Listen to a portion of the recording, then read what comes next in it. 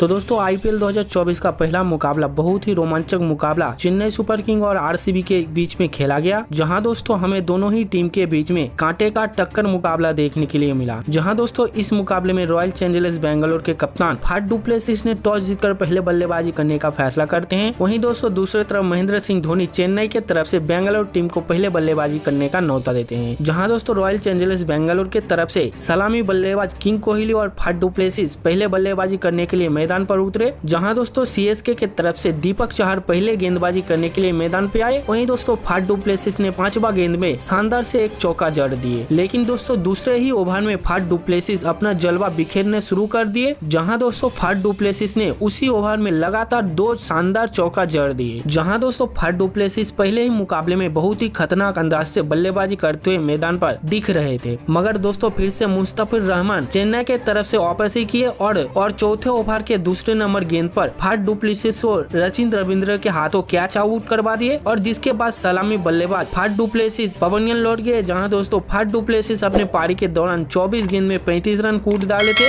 जिसके बाद दोस्तों बेंगलोर के तरफ से सलामी बल्लेबाज देवदूत पादिगर मैदान पर बल्लेबाजी करने के लिए आते हैं और दोस्तों मुस्तफिजुर रहमान के खतरनाक गेंदबाजी के सामने राजेश पादिगर के बल्लेबाजी खास नहीं चल पाए और तीसरे ही नंबर गेंद पर मुस्तफिजुर रहमान ने फिर से राजेश पादिगर को विकेट कीपर के हाथ महेंद्र सिंह धोनी के हाथों कैच आउट करवा देते हैं, जिसके लिए दोस्तों राजेश पादिगर को 0 रन पर पवेलियन लौटना पड़ता है। जिसके बाद दोस्तों मानो आरसीबी के कोई भी बल्लेबाज उतना खास प्रदर्शन नहीं कर पाए थे। जिसके बाद दोस्तों 5वीं ओवर पर दीपक चहर के गेंद पर ग्लेन मैक्सवेल भी महेंद्र सिंह धोनी के हाथों कैच आउट हो जाते हैं। जहां दोस्तों रॉयल चैलेंजर्स बेंगलोर के 65 रन पर 4 विकेट गिर गए थे। जहां दोस्तों आपको बता देते हैं रॉयल चैलेंजर्स बेंगलोर के तरफ से हमें कुछ देर कैमरन ग्रीन और किंग कोहली का रोमांचक बल्लेबाजी देखने के लिए मिला, मगर दोस्तों ये पार्टनरशिप भी ज्यादा देर टिक नहीं पाए और दोस्तों 11 ओवर में मुस्तफिजुर रहमान ने फिर से किंग कोहली को रविंद्र जडेजा के हाथों कैच आउट करवा दिए। जिसके बाद दोस्तों मुस्तफिजुर रहमान के खतरनाक गेंदबाजी के सामने कैमरन ग्रीन भी ज्यादा देर टिक नहीं पाए। जहां दोस्तों 11.4 गेंद पर ही कैमरन ग्रीन भी कैच आउट हो जाते हैं। जहां दोस्तों पहले लग रहा था आरसीबी 100 रन पर ही ऑल आउट हो जाएंगे। जहां दोस्तों आरसीबी के 85 रन पर 5 विकेट गिर गए थे। जिसके बाद दोस्तों आरसीबी फिर से कमबैक किए और दोस्तों आरसीबी के तरफ से दिनेश कार्तिक और अर्जुन रावत ने बहुत ही शानदार अंदाज से बल्लेबाजी किए और दोस्तों देखते ही देखते आरसीबी टीम को 173 रन के पार पहुंचा दिए। जिसके बाद दोस्तों हमें 15 ओवर में एक गगनचुंबी छक्के देखने के लिए मिले अर्जुन रावत के शानदार बल्लेबाजी के दौरान। जिसके बाद दोस्तों थक्सेना के गेंद पर दिनेश कार्तिक ने स्ट्रेट डाइव पे एक बहुत ही लाजवाब छक्के उड़ा दिए और दोस्तों देखते ही देखते दिनेश कार्तिक ने 26 गेंद में 38 रन कूट दिए थे और दोस्तों जिसमें 2 गगनचुंबी छक्के और 3 चौके शामिल थे। वहीं दोस्तों अर्जुन रावत ने मात्र 25 गेंद खेलकर 48 रन कूट दिए, जिसमें 3 गगनचुंबी छक्के और 3 चौके शामिल थे। जहां दोस्तों आरसीबी ने 20 ओवर खेलकर 173 रन का लक्ष्य देता है चेन्नई सुपर किंग टीम को। जिसके बाद दोस्तों सीएसके इस स्कोर का पीछा करने के लिए मैदान पे आते हैं। जहां दोस्तों आपको बता देते हैं चेन्नई के तरफ से सलामी बल्लेबाज ऋतुराज गायकवाड और रचिन रविंद्र ओपनिंग बल्लेबाजी करने के लिए मैदान पे आते हैं। जहां दोस्तों बेहतरीन तरीके से ऋतुराज गायकवाड ने अपनी तूफानी बल्लेबाजी शुरू किए। जहां दोस्तों सलामी बल्लेबाज ऋतुराज गायकवाड मोहम्मद सिराज के पहले ही गेंद पर एक शानदार से चौका जड़ देते हैं। जिसके बाद दोस्तों सिराज के 5 नंबर गेंद पर ही ऋतुराज गायकवाड ने फिर एक बहुत ही खतरनाक अंदाज से शानदार चौका जड़ देते हैं। जहां दोस्तों ऋतुराज गायकवाड ने शुरुआती ओवर में बहुत ही खतरनाक अंदाज से बल्लेबाजी किए थे। वहीं दोस्तों फिर दूसरा ओवर में रचिन रविंद्र भी एक कोवर डाइव पे शानदार से चौका जड़ देते हैं। जहां दोस्तों दोनों ही खिलाड़ी लगातार 4 ओवर तक खतरनाक अंदाज से छक्के और चौके जड़ते गए। जहां दोस्तों आरसीबी टीम ने फिर से वापसी किए और चौथे ओवर में यश दयाल ने अपनी गेंदबाजी में खतरनाक अंदाज से सलामी बल्लेबाज के पार्टनरशिप तोड़ दिए। जहां दोस्तों यश दयाल के गेंद पर ऋतुराज गायकवाड के एज पर लगकर सीधा कैच जाती है कैमरन ग्रीन के हाथों पर और दोस्तों ये बल्लेबाज 15 गेंद पर 15 रन बनाकर पवेलियन लौट जाते हैं। जहां दोस्तों 4.1 गेंद पर फिर से हमें एक गगनचुंबी छक्के देखने के लिए मिलते हैं रचिन रविंद्र के बल्लेबाजी से। वहीं दोस्तों अजिंक्य रहाणे भी 5वां ओवर के 5वां नंबर गेंद पर एक गगनचुंबी छक्का भी जड़ देते हैं और दोस्तों जिसके बाद रॉयल चैलेंजर्स बेंगलोर ने फिर से कमबैक किए। जहां दोस्तों सलामी बल्लेबाज रचिन रविंद्र को करण शर्मा के 6ठे ओवर के 6 गेंद पर डेविड पादिगर के हाथों कैच आउट करवा देते हैं। जहां दोस्तों सलामी बल्लेबाज रचिन रविंद्र ने अपने बल्लेबाजी के दौरान 15 गेंद पर 37 रन कूट डाले थे, जिसमें 3 गगनचुंबी छक्के और 3 चौके भी शामिल थे। जहां दोस्तों चेन्नई सुपर किंग के 88 रन पर 2 विकेट गिर गए थे। जहां आरसीबी ने धीरे धीरे कमबैक करना शुरू कर दिए थे। जिसके बाद दोस्तों सीएसके के तरफ से डैली मिचेल बल्लेबाजी करने के लिए मैदान पे आते हैं, जहां दोस्तों डैली मिचेल बल्लेबाजी करने आते ही एक लंबा सा छक्का जड़ देते हैं करण शर्मा के अंतिम गेंद पर, जहां दोस्तों डैली मिचेल ने लगातार करण शर्मा के 2 ही गेंद पर 2 छक्के जड़ देते हैं। वहीं दोस्तों अजिंक्य रहाणे भी कहां पीछे रहने वाले थे, अजिंक्य रहाणे भी कैमरन ग्रीन के 10वीं ओवर पर एक गगनचुंबी छक्का भी उड़ा देते हैं। जिसके बाद दोस्तों देखते ही देखते अजिंक्य रहाणे और डैली मिचेल दोनों ही बल्लेबाज चेन्नई सुपर किंग को 100 रन के पार पहुंचा देते हैं, जहां दोस्तों चेन्नई सुपर किंग को जीत के लिए 60 गेंद पर 73 रन चाहिए था। और दोस्तों फिर कैमरन ग्रीन के गेंदबाजी के सामने अजिंक्य रहाणे ज्यादा देर टिक नहीं पाए और दोस्तों कैमरन ग्रीन के दूसरे ही नंबर गेंद पर अजिंक्य रहाणे के गेंद सीधे जाते हैं मैक्सवेल के हाथों और दोस्तों मैक्सवेल ने ये कैच बड़े ही आसानी से ले लेते हैं और दोस्तों अजिंक्य रहाणे को पवेलियन लौटना पड़ता है। और दोस्तों जैसे ही सीएसके के विकेट गिर रहे थे वैसे ही आरसीबी के जीतने का आशा भी बढ़ रहे थे। ऐसे में दोस्तों सीएसके के तरफ से सलामी बल्लेबाज शिवम दुबे बल्लेबाजी करने के लिए मैदान पे आते हैं। वहीं दोस्तों कैमरन ग्रीन के खतरनाक गेंदबाजी के सामने डैली मिचेल भी ज्यादा देर टिक नहीं पाए। वहीं दोस्तों कैमरन ग्रीन के 12.3 ओवर में डैली मिचेल भी राजिद पाटीदार के हाथों कैच आउट हो जाते हैं और पवेलियन लौट जाते हैं। जहां दोस्तों आपको बता देते हैं डैली मिचेल अपने पारी के दौरान 2 गगनचुंबी छक्के और 18 गेंद में 22 रन कूद डाले थे। जिसके बाद दोस्तों चेन्नई सुपर किंग के तरफ से रविंद्र जडेजा बल्लेबाजी करने के लिए मैदान पे आते हैं, जहां दोस्तों रविंद्र जडेजा मैदान पे आते ही मैक्सवेल के गेंद पर 13वां ओवर पर एक गगनचुंबी छक्के उड़ा देते हैं। और दोस्तों देखते ही देखते शिवम दुबे और रविंद्र जडेजा दोनों ही खिलाड़ी छक्के और चौके की बारिश लगा देते हैं। और दोस्तों देखते ही देखते दोनों ही खिलाड़ी ने 18.4 गेंद पर एक चौका लगाकर इस शानदार मुकाबले को अपने नाम कर लेते हैं। जहां दोस्तों आपको बता देते हैं शिवम दुबे ने अपने पारी के दौरान 38 रन का योगदान दिया, जिसमें एक गगनचुंबी छक्के और 4 चौके शामिल थे। वहीं दोस्तों रविंद्र जडेजा ने 25 रन का योगदान दिया, जिसमें एक गगनचुंबी छक्के शामिल है। और ऐसे में ही दोस्तों चेन्नई सुपर किंग ने आरसीबी को पहले मुकाबले में 6 विकेट के बड़े अंतर से जीत लेते हैं और इस मुकाबले को अपने नाम कर लेते हैं और दोस्तों पॉइंट्स टेबल में पहले नंबर पर अपना नाम दखल कर लेते हैं। तो दोस्तों आपको क्या लगता है चेन्नई सुपर किंग आईपीएल 2024 का खिताब जीत पाएगी क्या नहीं? आप अपनी कीमती राय में कमेंट करके जरूर बताना।